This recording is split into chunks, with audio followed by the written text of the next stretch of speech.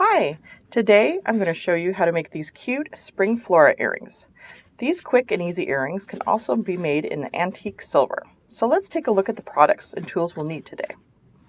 For this project, I'm going to be using the 13mm Jardin puffed coin bead in antique brass, the large Flora teardrop charm in antique brass, the Niobium French ear wire with a 2mm Heishi, and 22 gauge 2-inch antique brass eye pins.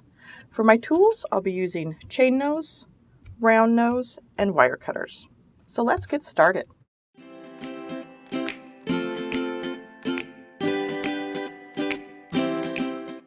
Okay, to begin this construction of our earring, I'm going to take the puffed coin bead and I'm going to slide it on to one eye pin. And on the open end of the eye pin, I'm going to make a small simple loop. So to do that, I go ahead and I bend the eye pin over at a 90-degree angle. Take my wire cutters, cutting off the tail, just leaving enough to make a small loop. So then I take my round nose pliers and I grab the wire right at the tip. And I'm pretty far down my round nose because I want it to be a pretty small loop. And then I just go ahead and gently roll it back until it makes a little loop. And then I just kind of adjust it there so it's centered on there. Then I'll take my charm and I'm going to attach it to the bottom of this little beaded link here that I made. So to do that, I'm going to take and open the eye pin by moving one part of it to the side with my chain nose. I'm going to slide on my charm, making sure I have the convex side facing forward, and then I go ahead and close that. So there, most of the construction on my earring is done. So now I'm going to just attach the ear wire.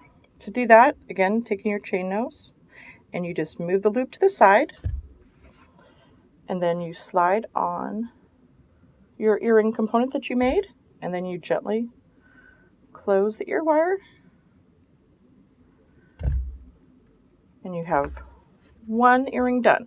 So I'm going to quickly make the other one. So I have my set here. Again, in the same fashion, just going to make a simple loop on the other end of the open end of this eye pin. Using my round nose, just going to go ahead and just roll it back.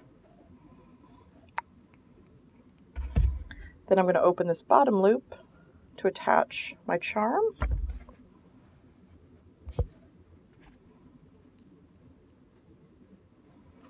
And then in the same fashion, I'm going to go ahead and attach my ear wire, open the loop to the side.